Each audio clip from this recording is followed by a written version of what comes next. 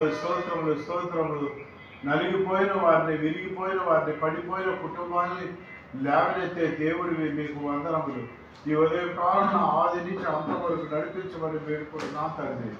హల్లెలూయా హల్లెలూయా. మహిమ గల రాజా మీకు వందనములు స్తోత్రములు. నిన్న రాత్రి ఘనముగా దేవుడు అద్భుత రీతిగా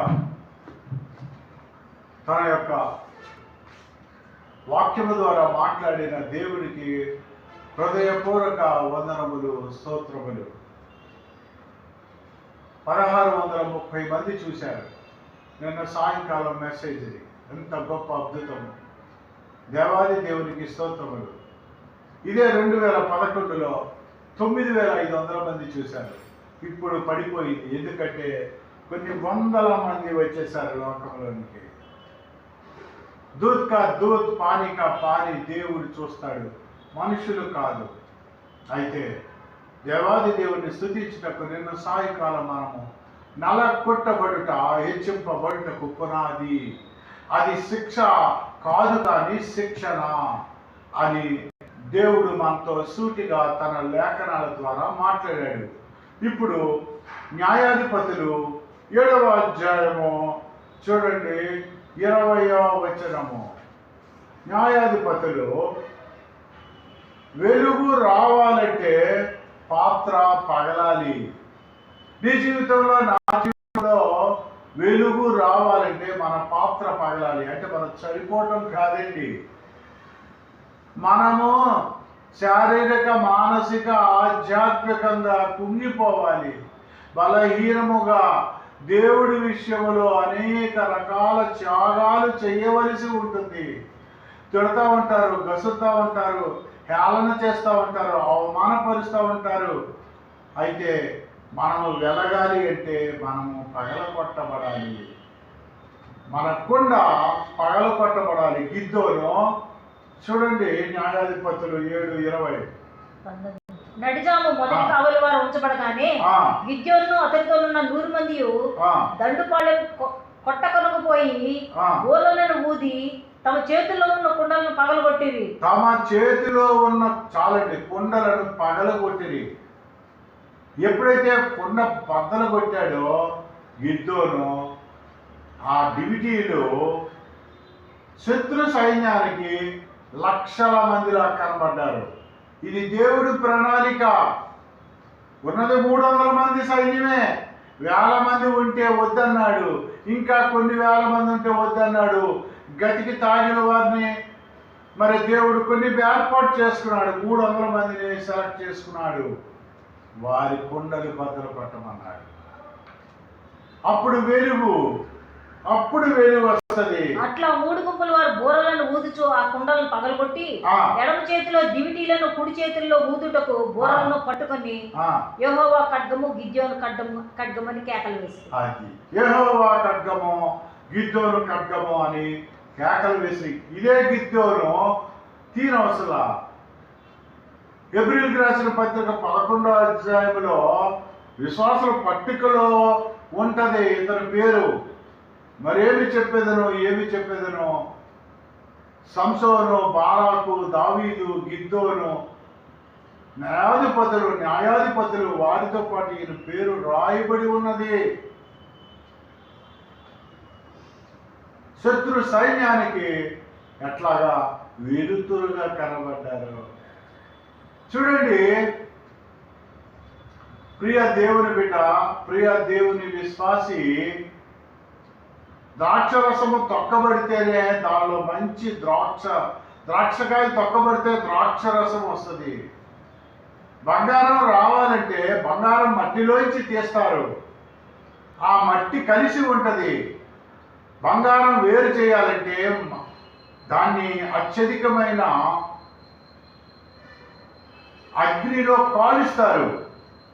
కాల్చినప్పుడు ఆ బంగారానికి అంటి ఉన్న మలినము బయటికి పోయి ప్యూర్ బంగారము, ప్యూర్ అపరంజి, మేలిమి అపరంజి బయటకు వస్తుంది. మట్టితో కూడిన బంగారము మట్టి వేరు చేయబడాలంటే అగ్నితో కాల్చబడాలి.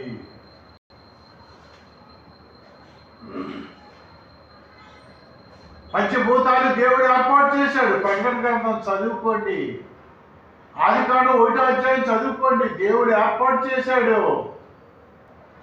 ఈ పంచభూతాల్లో అగ్ని ఒకటి. భారతదేశంలో శ్రీరాముడు రాజుగారు, అయోధ్యని పరిపాలించిన రాజు అతను. ఆ సమయంలో తన భార్యని రావణాసురుడు ఎత్తుకెళ్ళిన తర్వాత, రావణాసురుడితో శ్రీలంక వెళ్ళి యుద్ధము చేసి తిరిగి తెచ్చిన తర్వాత అగ్నిలో పొటమి వేయబడినట్లుగా ఒక చాకలతను అంటాడు. ఇతను కనుక, అది కూడా ఎలా తెలుస్తుంది, రాముడు లక్ష్మణుడికి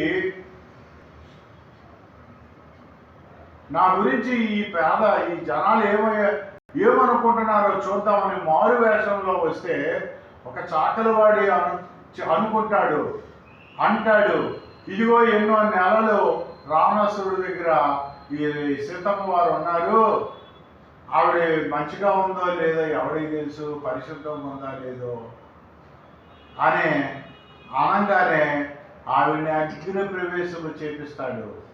ఒక చాకలి ఆయన మాట విని. చాకలానికి చాలా ప్రాముఖ్యత ఉంది. బైబిల్లో కూడా చాకలుడి గురించి చాలా గొప్ప, చాకలి వారి గురించి చాలా గొప్ప గొప్ప. చాకలి చేతిలో సబ్బు అంటే వాడిని కాదా అని మలాఖీలో చెప్పబడుతుంది. ఎందుకంటే అక్కడ ప్యూరిటీ. ఆ చాకలివాడు అన్న మాటలకి శ్రీరాముడు సీతాదేవిని అగ్ని ప్రవేశం చేసి, నువ్వు పతివ్రతవైతే అగ్ని ప్రవేశం చేసి అప్పుడు నువ్వు నాతో వచ్చి సంసారం చెయ్యి అంటాడు శ్రీరాముడు. అక్కడ ఆవిడ యొక్క గుణాన్ని బయట పడింది. ఇక్కడ చాకలి చేతిలో సబ్బు వంటి వాడు. చాకలి చేతిలో సబ్బు బట్టలకి మురికిని పోగొడుతుంది, బట్టలకి మురికిని పోగొడుతుంది. మన దేవుడు మనకు పట్టిన, సర్వ మానవులకి పట్టిన మురికిని పోగొట్టి మన పాపాన్ని పోగొట్టే దేవుడు మన దేవుడు. కనుక బంగారానికి పట్టిన మలినము పోవాలంటే అగ్నిలో అది శోధించబడాలి. అందుకే యోబు భక్తుడు అంటున్నాడు, చూడండి యోబు 5:21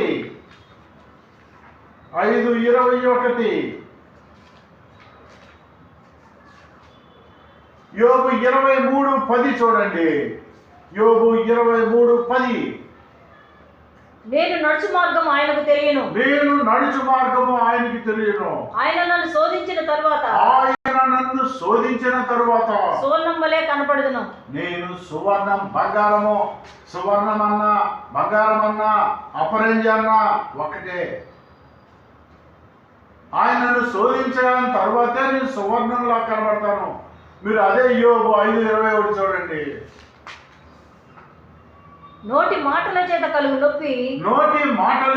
కలుగు నొప్పి నీకు తగులకుండా ఆయన నిన్ను చాటు చేయును. ఒరే వాడి నోట్లో నానబాకరా బాబు, నేను 24 గంటలు పలానా వాళ్ళు నీ గురించి చెడు చెప్పుకుంటున్నారు, పలానా వాళ్ళు నీ గురించి చెడు చెప్పుకుంటా ఉన్నారు.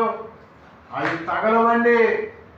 మనం యథార్థంగా ఉన్నప్పుడు, మనం పవిత్రంగా ఉండినప్పుడు, మనం అపరంజిలా ఉన్నప్పుడు, మనం పవిత్రంగా యథార్థంగా దేవుడు చెప్పినట్లుగా అవును అంటే అవును, కాదంటే కాదు అన్నట్లుగా జీవిస్తే మనకి నోటి మాటల వల్ల లోకులు మాట్లాడిన మాటలు మనకి తగలవు.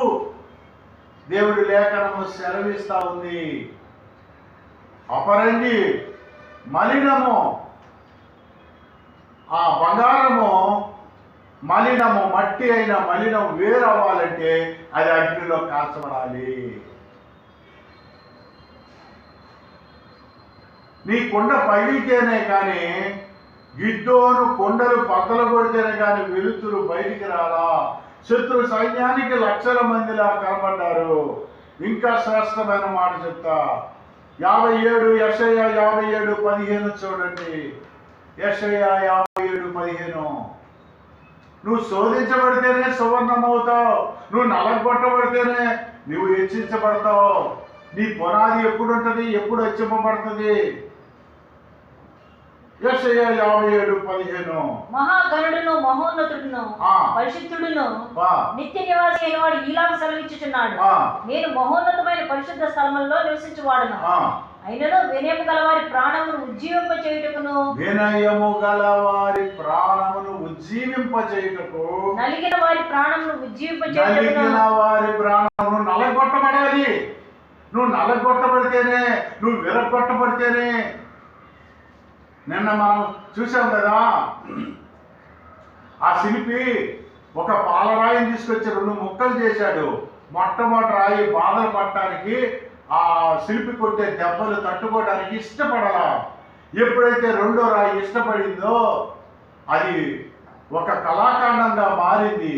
ఆ రెండో రాయిలో ఉన్నటువంటి పనికిరాని ముక్కలు బయటికి వెళ్ళిపోయి అది అలా బాధ భరిస్తూ ఉంది.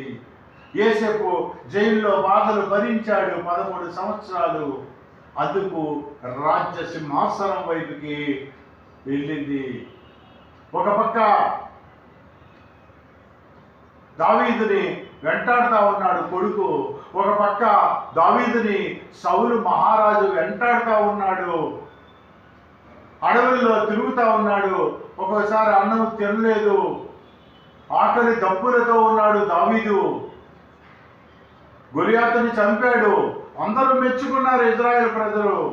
10,000 మంది కంటే దావీదు, 1,000 మంది కంటే సౌలు రాజు గ్రేట్ అని చెప్పి జిందాబాదులు కొడతా ఉన్నారు. అయితే ఆ ఈగో వచ్చింది. ఇప్పటికొచ్చి దేశాల్లో, రాజ్యాలలో ఈగోను బట్టి నడుస్తూ ఉంది. నన్ను అంత మాట అంటాడా?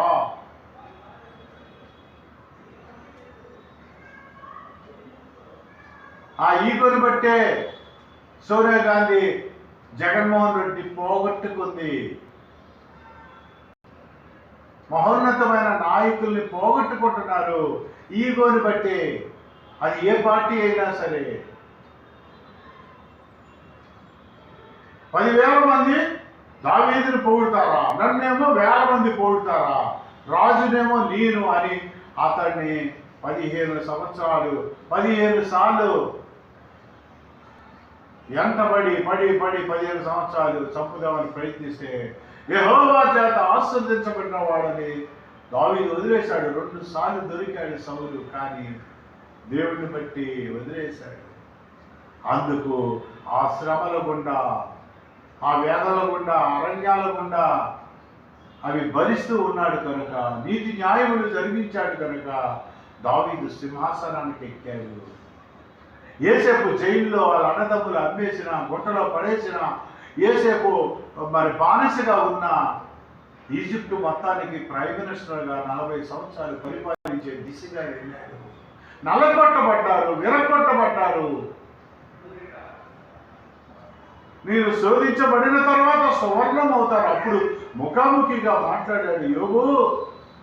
యోగు 38వ అధ్యాయంలో దేవుడు డైరెక్ట్గా మాట్లాడతాడు. హల్లెలూయా, దేవుడికి మహిమ కలుగును గాక. చూడండి 2 కొరింథీయులు 4:17.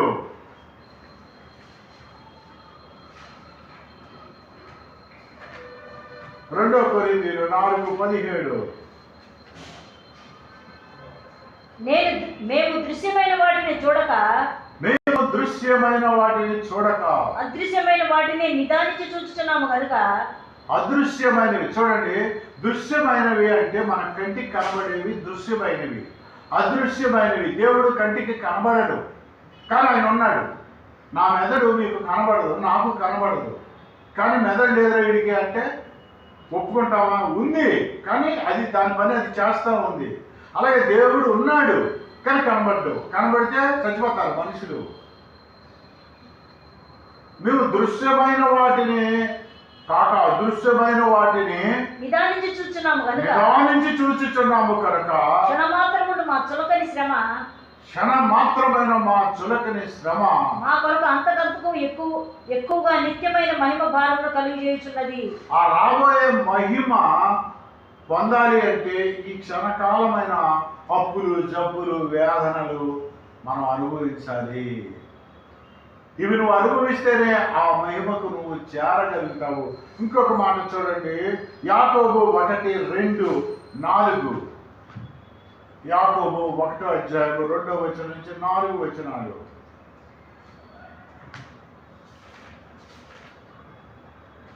కొత్త నిబంధన.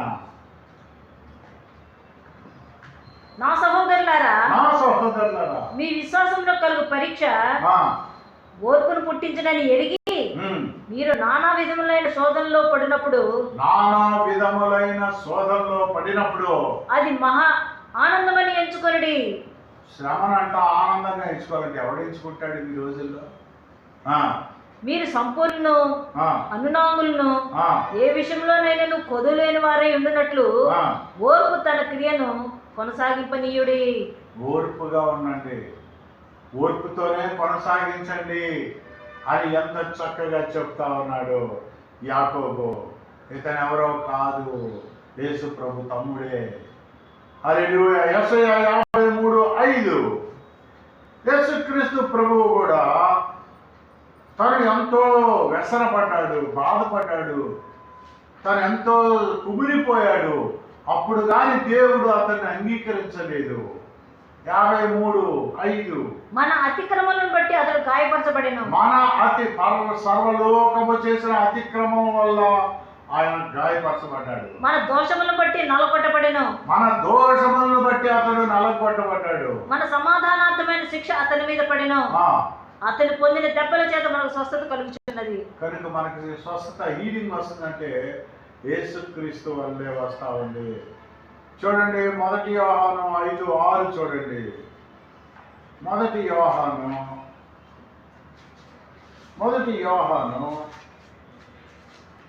5:6. 1 పేతురు 5:6.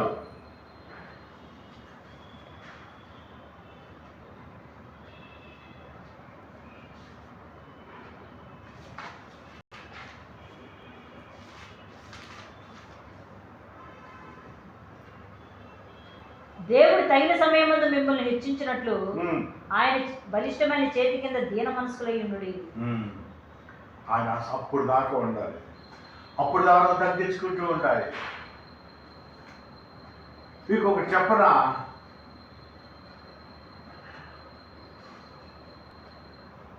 ఒక ఫ్యాన్ అయింది, గాలి వస్తుంది.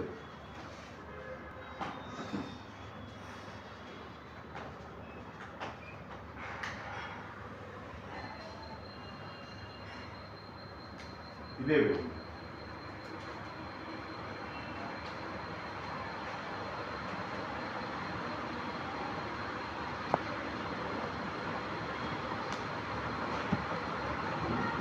ఇప్పుడు గంధకం, ఒక గంధం చెక్క ఉంటుంది. గంధం చెక్క అలా ఉంటే సువాసన రాదు. ఎప్పుడైతే గంధం చెక్కని అరగదీస్తూ మధ్యలో కొద్ది నీళ్ళు వేస్తూ అరగదీస్తుంటామో సువాసన బయటకు వస్తుంది.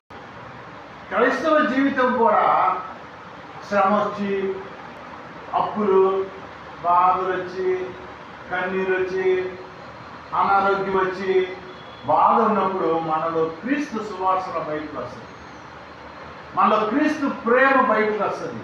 మనలో క్రీస్తు ప్రేమ బయటకు రావట్లేదు అంటే నువ్వు దేవుడు you are not belongs to God.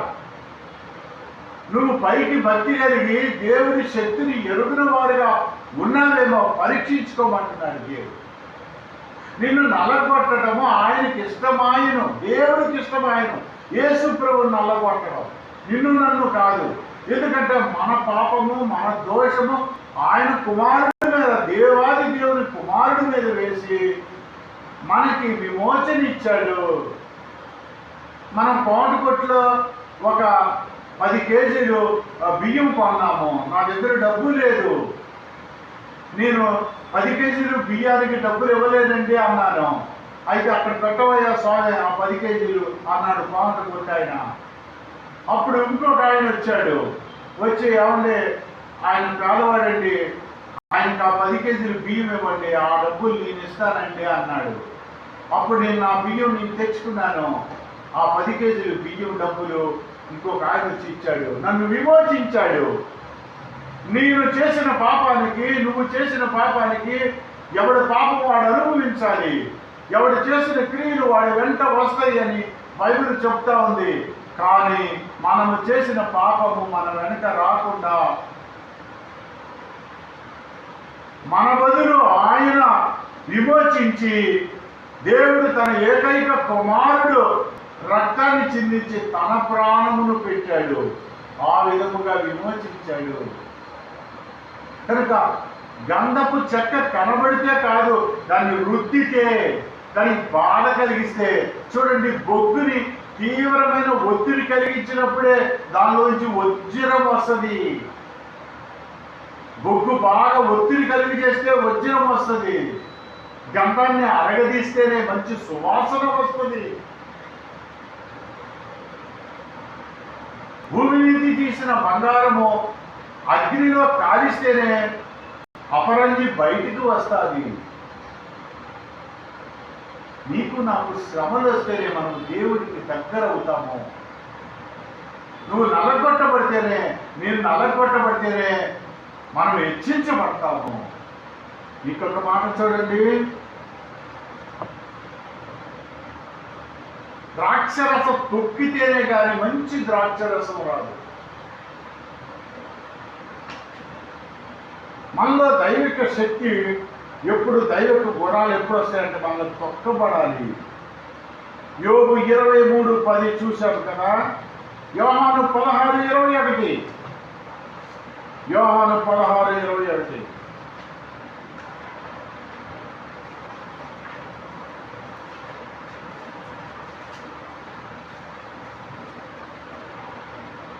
స్త్రీ ప్రసవించినప్పుడు ఆమె గడియ వచ్చింది కనుక ఆమె వేదన పడింది. అయితే శిశువు పుట్టగానే లోకమందు మరి ఒకటి పుట్టిన సంతోషం చేత ఆమె ఆ వేదనను మరీ జ్ఞాపకం చేసుకున్నది. చూసారా, స్త్రీ కడుపుతో ఉన్నప్పుడు, ఆవిడ ఊపుతో ఉన్నప్పుడు చాలా ప్రయాసతో ప్రయాసం మోచి ఆ నవమాసాలు బిడ్డని మోస్తుంది. కంటున్నప్పుడు చనిపోయేంత భారముతో, ఇది దేవుడి శాపము, ఎంతో బాధ వేదనతో ప్రసవిస్తుంది బిడ్డని. తరువాత అది మర్చిపోద్దంట. ఆ నలుగురు ఉంటేనే కదా ఇంకొక బిడ్డకి, ఇంకొక మనుషుడికి ఈ భూలోకంలో జన్మనిచ్చింది. తన 100 రక్తపు బొట్టులను, సృష్టిలో విచిత్రము, స్త్రీకి మామూలుగా స్తనములలో పాలు రావు, ప్రసవించినప్పుడే వస్తాయి. దేవుడు సృష్టి చూడండి, 100 రక్తపు బొట్టులు కలిస్తే ఒక్క పాల బొట్టు అంట. ఎంత గొప్ప సైన్స్ పెట్టాడు దేవుడు. అక్కడే మనము దేవుడు ఉన్నాడని అర్థం చేసుకోగలుగుతాము. కనుక భయముతో వణుకుతో దేవుడు ఉన్నాడు. మనం ఎవరిని ఒక మాట అనకూడదు. మన ఇంట్లో వాళ్ళని కానీ బయట వాళ్ళని కానీ ఎవరిని ఒక్క మాట, మన హద్దు, మన ముక్కు దాటి మనం ఒక మాట వదలకూడదు. అలా నలగొట్టబడి మనలో మనము నలగొట్టబడితే మనం హెచ్చించబడతాము. ఒక 7 అంతస్తుల పునాది బిల్డింగ్ ఉందనుకోండి, ఆ బిల్డింగ్ నిలబడటానికి కారణము దాని పునాది. ఆ పునాది వేసినప్పుడు రాయి ఎంత బాధపడుతూ ఉంటుందో. ఫస్ట్ అప్స్టైర్ వేస్తుంటారు, పునాది వేసిన రాయి అబ్బో బాధ. 2వ అంతస్తు వేస్తే ఆ పునాది మీద ఇంకా బాధ, భరించలేని బాధ. అలా 7 అంతస్తులు వేశారు. ఆ పునాది రాయి ఎంత బాధపడుతుందో. కానీ ఆ పునాది రాయి బాధపడితేనే కదా 7 అంతస్తుల బిల్డింగ్ నిలబడతా ఉంది. దావీదు శ్రమలు పడితేనే కదా రాజు అవ్వగలిగాడు. యేసేపు శ్రమలు పడితేనే కదా ప్రైమ్ మినిస్టర్ అవ్వగలిగాడు. 40 ఏళ్ళు ప్రైమ్ మినిస్టర్ అయ్యాడు ఐగుప్తుకి, ఈజిప్టుకి. యేసేపు అవని, దావీదు అవని, మోషే అవని, యోబు అవని. యోబు రెట్టింపు పొందాడు అంటే ఎన్ని శ్రమలు. కొడుకులు కూతుళ్ళు ఒకే రోజు చనిపోయారు, ఆస్తి అంతా పోయింది, భార్య వదిలి వెళ్ళిపోయింది. స్నేహితులు వచ్చి నువ్వేం తప్పు చేశావో అని హేళన చేశారు. కానీ నా విమోచకుడు సజీవుడు, నా దేవుడు గొప్పవాడు, నన్ను తప్పిస్తాడు. అతడికి రెట్టింపు బహుమానం వచ్చింది. తిరిగి వెళ్ళిపోయిన భార్య మరల తిరిగి వచ్చింది. దేవుడితో ముఖాముఖిగా మాట్లాడాడు. అంతేకాదు తన తల నుంచి అరిపాదం వరకు తన శరీరము పాడైపోయింది. చిల్ల పెంకులతో గోక్కుంటా ఉన్నాడు. ఇది మనము బైబిల్లో చూస్తున్నాము కదా, మనం చూసాము కదా. చూడండి 2 కొరింథీయులు 12:9.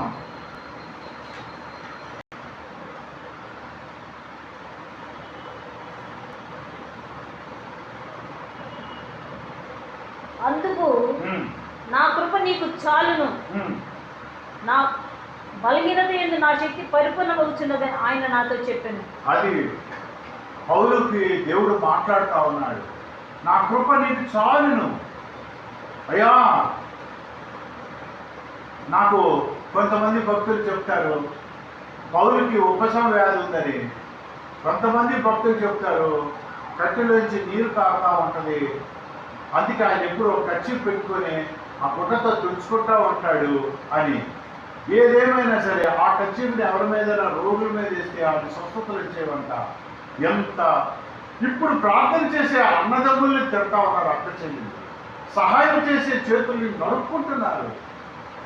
ఒకడు బాగున్నాడంటే ఏడుస్తున్నారు. ఈ రోజుల్లో ఒక సంఘం ఎదుగుతుందంటే ఊరుకోవట్లేదు.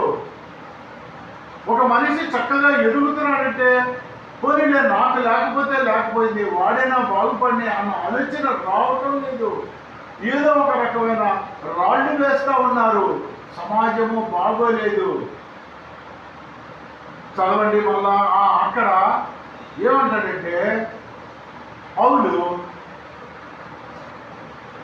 నా కృప ఎక్కడైతే బలము లేకుండా ఉంటారో ప్రపంచంలో జనులు, అక్కడ బలము ఆయన నలగొట్టకు సాతాను యొక్క దూతగా ఉంచబడిన అది నా యొద్ద నుండి తొలగిపోవాలని దాని విషయమై ముమ్మారు ప్రభువుని వేడుకుంటే యేసు ప్రభుని 3 సార్లు దేవుడు పౌలు అడిగాడంట. అందుకు నా కృప నీకు చాలును, నా కృప నీకు చాలును, బలహీనత యందు నా శక్తి పరిపూర్ణమవుతున్నది. అది నీకు బలహీనత వచ్చినప్పుడల్లా నా శక్తి పరిపూర్ణం అవుతుంది ఆయన నాతో చెప్పాను అని. లేకపోతే నిజంగా అక్కడ స్వస్థత ఇచ్చాడు అనుకో, వీళ్ళు ప్రార్థన చేస్తే చచ్చిపోయిన వాళ్ళు బతికారే, వీళ్ళు ప్రార్థన చేస్తే ఎంతో మంది రోగులు బతికారే, కానీ ఈయన బాధ ఏంటండి? ఈయనకి బాధ ఏంటి? ఒక ఆయన ఎన్నో మేలు చేశా వాళ్ళ కుటుంబానికి. ఆయన అంటాడు, నీకు హార్ట్ అటాక్ ఉందిగా, నాకు హార్ట్ అటాక్ ఉంటే నీకు చచ్చిపోతే నీకు బాధ, నీకు చావలేదు కదా. హార్ట్ అటాక్ వచ్చి 6 ఏళ్ళు 7 ఏళ్ళుగా చచ్చిపోయారు, 13 ఏళ్ళు దేవుడు రక్షిస్తూ ఉన్నాడు. కారణం హార్ట్ అటాక్ వచ్చినోడు నా దగ్గరికి వచ్చినప్పుడు ఆడి బాధ తెలియాలంటే నాకు హార్ట్ అటాక్ రావాలి. అలాంటి బాధ కలిగిన వాడు మన దగ్గరికి వచ్చినప్పుడు ఆ బాధ నేను అనుభవిస్తేనే మనకు తెలుస్తుంది. రక్త సంబంధం లేదు, బంధుత్వం లేదు, స్నేహం లేదు. 23 సంవత్సరాలు ఒకే సంఘానికి వెళ్ళా, ఏళ్ళెత్తి చూపుతారు, ఇక్కడే పెరిగావు, ఇక్కడే ఏదో ఒక రకమైన మాటలతో ఏమంటే తల్లులైనా తినొచ్చు కానీ శారీరక ఇబ్బంది అయినా పొందొచ్చు కానీ మాటలు భరించలేమండి. అందుకే దేవుడు ఏమన్నాడు తెలుసా, వేసినైనా క్షమిస్తాను కానీ వేసనాన్ని క్షమించను. వీళ్ళు భక్తులను నటిస్తూ అక్కడే ఉంటారు, పాస్టర్లు తిడతా ఉంటారు. అందుకే దేవుడు అన్నాడు, శరీరంతో చేసిన పాపం అన్న వ్యభిచారం చేసింది ఆవిడైనా క్షమిస్తాను, వేసనాన్ని కానీ క్షమించను. శరీరంతో చేసిన వేసనైనా క్షమిస్తాను కానీ వేషధాన్ని క్షమించను. నీ భక్తుడిని నాలో ఏమీ లోపం లేదు నటిస్తూ ఉంటారు. ఇలాంటి వాళ్ళందరూ కూడా ప్రభా దేవుడు పై పరలోకానికి వెళ్తారు. వీళ్ళు వెళ్ళినప్పుడు దేవుడు అడుగుతాడు, మీరెవరో నాకు తెలియదు. అయ్యా నీ పేరు మీద చర్చి కట్టామయ్యా, నీ పేరు మీద దెయ్యాలు వెళ్ళగొట్టామయ్యా, నీ పేరు మీద సంఘాలు కట్టామయ్యా, నీవెవరో నాకు తెలియదు. ఎందుకంటే తండ్రి చిత్తము ప్రకారం మీరు చెయ్యలేదు. ధనాపేక్షతో నీ కొడుకు, నీ పిల్లం, నీ కూతుళ్ళు, నీ మనవాళ్ళు, నీ వాళ్ళే, ఇంకొకటి రానివ్వరు.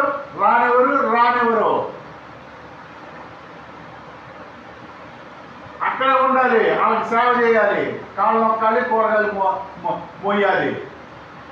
దేవుడు ఏం చెప్పాడు? సర్వలోకమునకు వెళ్ళి సువార్తను ప్రకటించి నా శిష్యులుగా చేయండి. అక్కడే ఉండండి రా మీరు యెరూషలేములోనే అల్లా. యెరూషలేము, యోదయ, సమరయ, భూదిగంతాల వరకు మీరు నాకు సాక్షులుగా ఉండండి. యెరూషలేము, మీ ఇంట్లో సాక్షులుగా ఉండండి. యోదయ, నా సొంత ఇంట్లో సాక్షులుగా ఉండండి. నా చుట్టాల్లో సాక్షులుగా ఉండండి. సమరయ, అన్యుల్లో సాక్షులుగా ఉండండి. భూదిగంతాలు, ప్రపంచంలో సాక్షులుగా ఉండండి. మీకు పరిశుద్ధాత్మను అనుగ్రహిస్తాను.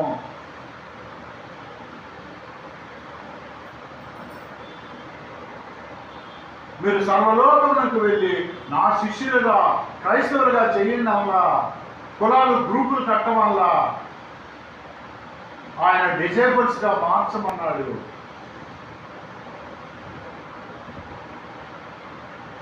దేవానికి వందనములు నాయన. నేను స్టార్ట్ చేసినప్పుడు నీకు సంఘం లేదుగా, నన్ను ఇవాంజలిస్ట్గా పిలిచాడు. ఫస్ట్ 10 మంది, 5గురు, 10, 20 మంది చూసేవారు. 9,500. తర్వాత దాంట్లో అనేకమైన రిస్ట్రిక్షన్స్ వచ్చేసినాయి. 70 మంది, 80 మంది, ఇప్పుడు 143 మంది వచ్చారు. ఫేస్బుక్లో 100 మంది, దీంట్లో 100 మంది. దేవుడు కొంతమందినైనా మారుస్తాడని ఆశ. నీ వల్ల, నా వల్ల దేవుడికి ఏం ఉపయోగం ఉంది? గుడి మీద చేసుకొని ఆలోచించాలి. నాకు అసాధ్యత వల్ల ఒక ఆత్మైన దేవుడి దగ్గరికి వచ్చిందా అని ఆలోచన చేసుకోవాలి. నువ్వు నల్లగొట్టబడితేనే నువ్వు హెచ్చించబడతావు. నీలో ఒత్తిడి పెడితేనే, బొగ్గుకి ఒత్తిడి పెడితేనే అది వజ్రముగా మారింది. అగ్నిలో కాల్చబడితేనే బంగారము అపరంజిగా మారింది. భూమిలో నుంచి వచ్చిన బంగారము.